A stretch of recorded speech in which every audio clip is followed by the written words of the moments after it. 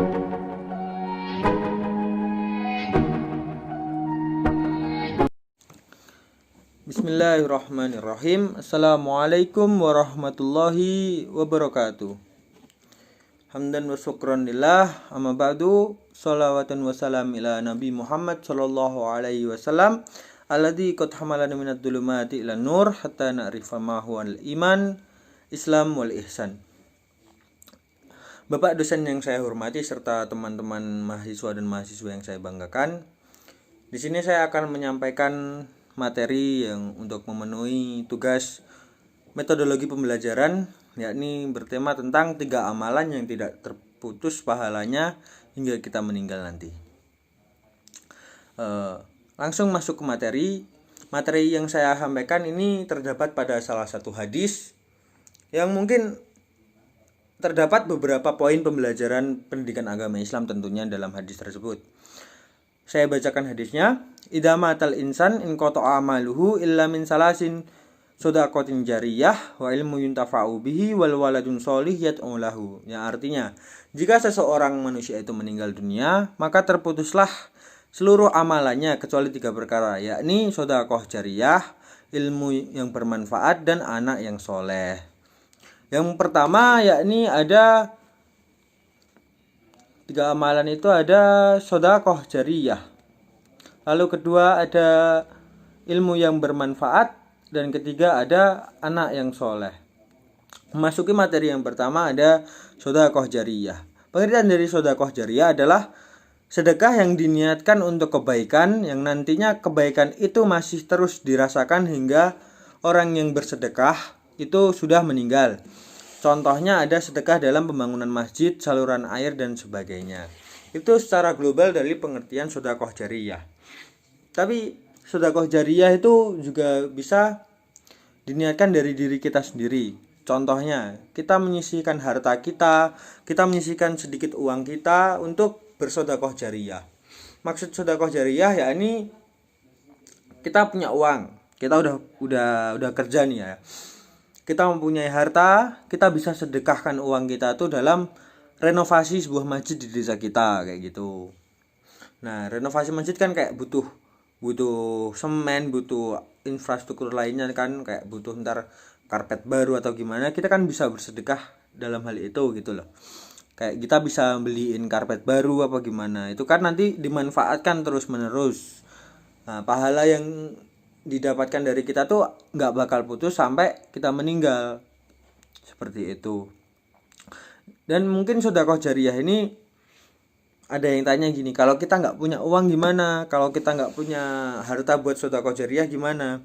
Mungkin kita bisa, kita kan juga masih muda, kita masih kuat, kita bisa berkorban dengan tenaga kita. Ada masjid direnovasi, kita bisa ikut kayak bahasanya nukang lah ya, kayak bantu-bantu dalam renovasi masjid tersebut. Lalu yang kedua ada ilmu yang bermanfaat. Ilmu yang bermanfaat itu gimana sih? Apa ilmu yang paling banyak gitu, atau ilmu yang jarang dipelajarin orang tapi kita bisa mempelajarinya, atau gimana sih gitu kan? Bukan, ilmu yang bermanfaat itu ilmu yang kita bisa mengamalkan ilmu tersebut, kita bisa memberikan ilmu tersebut pada orang lain sehingga ilmu itu akan bermanfaat kepada orang yang banyak, seperti itu. Mahfudzat Arab atau penyair Arab juga mengatakan, al ilmu bila amalin kasyajari bila samarin. Ilmu tanpa pengamalan ibarat pohon tanpa buah. Jadi ilmu yang kita miliki tapi kita nggak amalin itu ibarat pohon yang nggak berbuah ataupun nggak ada gunanya gitu loh. Kita punya ilmu walaupun sebanyak apapun, kita punya ilmu yang banyak orang nggak tahu, tapi kita nggak mau ngamalin, itu ya sama aja nggak berguna gitu loh. Kayak stuck di kita aja gitu loh. Kayak saya kutip perkataan Mahfud MD di Twitter tuh, kayak ilmu yang nggak diamalin itu ibaratkan malam hari itu tanpa lampu gitu loh.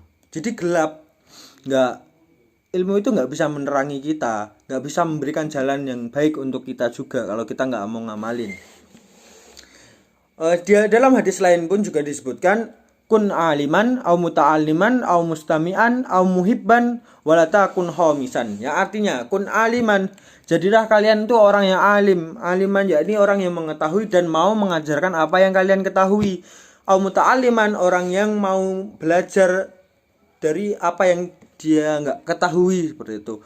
Al mustami'an, orang yang mau mendengarkan. Al muhibban, orang yang mau mencintai. Wala takun homisan, dan jangan jadilah kalian orang yang golongan kelima, yakni dia tuh nggak mau mengajarkan, dia nggak mau belajar, dia nggak mau mendengar, dia nggak mau mencintai hal kebaikan yang lain, seperti itu. Nah, ilmu yang bermanfaat itu nggak melulu ilmu yang banyak lalu kita amalkan, enggak.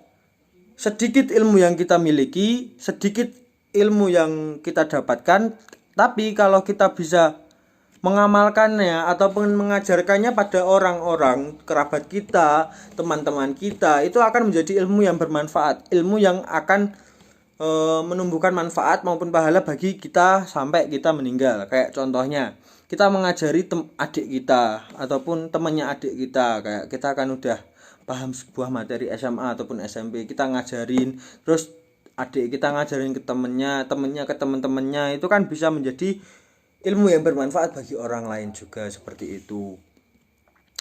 Lalu yang ketiga ada anak yang soleh. Anak yang soleh yakni anak yang berbakti pada orang tuanya, anak yang berperilaku baik pada orang tuanya, anak yang mau menuruti orang tuanya. Disebutkan dalam ayat surat Al-Quran di surat Al-Isra ayat 23 yang berbunyi wa qad rabbuka alla ta'budu illa iyyahu wa bil walidaini ihsana imma yablughanna indakal kibara ahaduhuma aw kilahuma fala taqul lahumā uffin wa la tanharhuma wa qul lahumā qawlan karima. Yang artinya wa qad rabbuka, dan Tuhanmu telah menyerukan pada kamu untuk hanya menyembah padanya, padanya itu pada Allah, ila iyahu wa bil walidaini ihsana, dan berbuat baiklah kalian pada orang tua dan berbaktilah kalian pada orang tua. Imma yablughana indakal kibara ahaduhuma aw wakilahuma fala taqul lahumā uffin, dan jika kedua orang, salah satu atau kedua-duanya itu dalam pengasuhanmu ataupun ibaratnya kita menghormat orang tua, janganlah kita berkata tuh uffin ataupun mengeluh gitu. Wala tanharhuma, dan kita nggak boleh bentak orang tua ataupun berkata kasar pada orang tua. Wa qul lahumā qawlan karima, dan kita harus berkata yang karima, yang baik dan sopan, seperti itu. Dari ayat tersebut udah jelas banget kita tuh harus bagaimana sama orang tua. Kita harus berbuat baik sama orang tua dengan cara apa? Dengan cara tingkah laku kita yang baik, dengan cara tutur kata kita yang baik, dengan cara kita taat pada orang tua, menuruti apa yang dikatakan orang tua terhadap kita. Yang penting itu baik tujuannya, seperti itu. Lalu anak yang soleh sendiri pun juga disebutkan dalam ayat ini yang nggak membentak orang tua.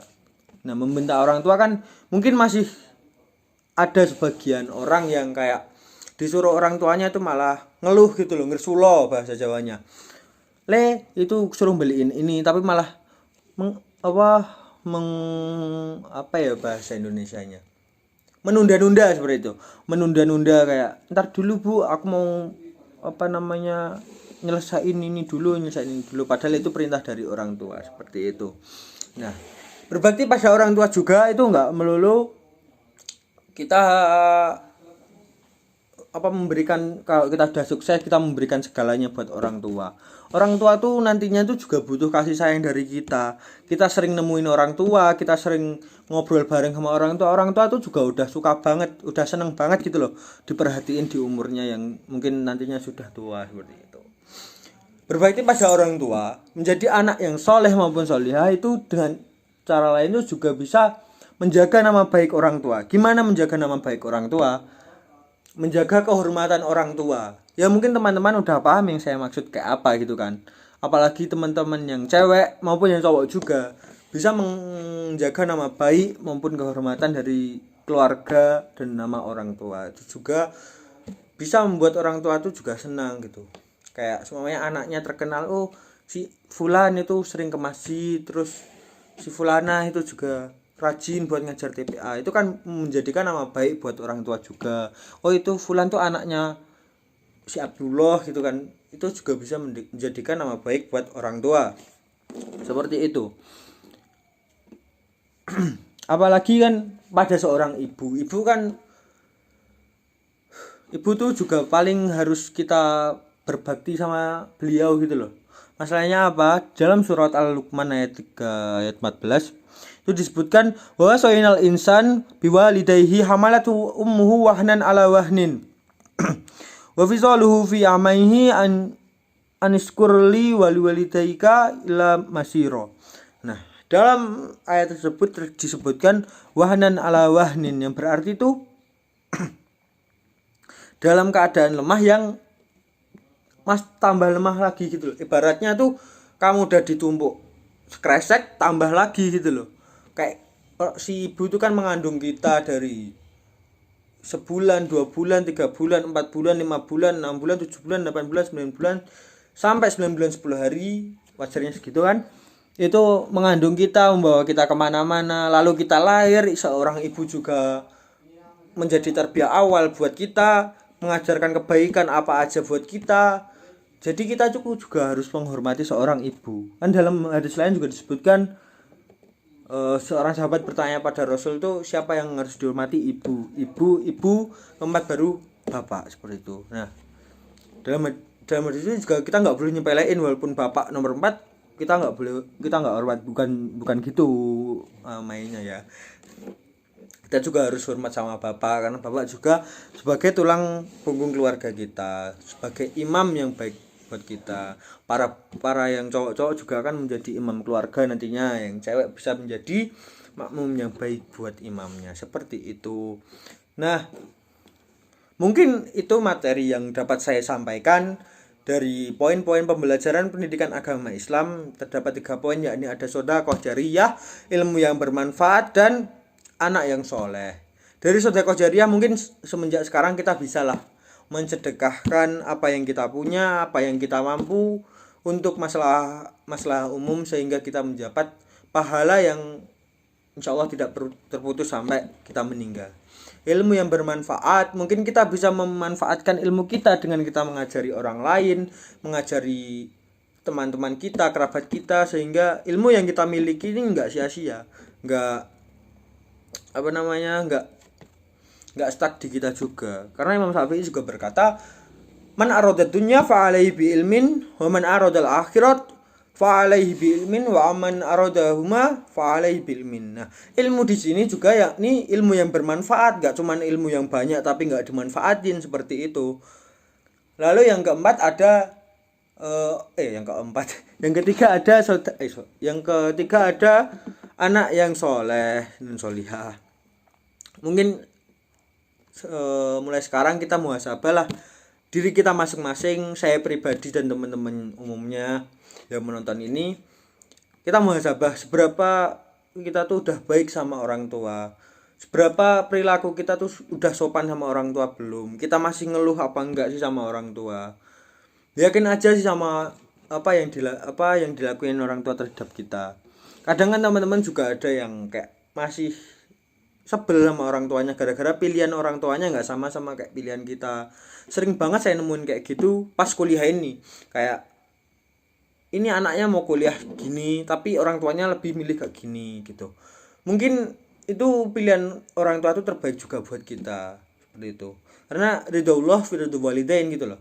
Allah juga meridhoi apa yang diridhoi orang tua, seperti itu. Mungkin kita harus bisa lebih berbakti lagi pada orang tua, bisa lebih dekat lagi sama orang tua kita, perbaiki tutur kata kita, perilaku kita terhadap orang tua.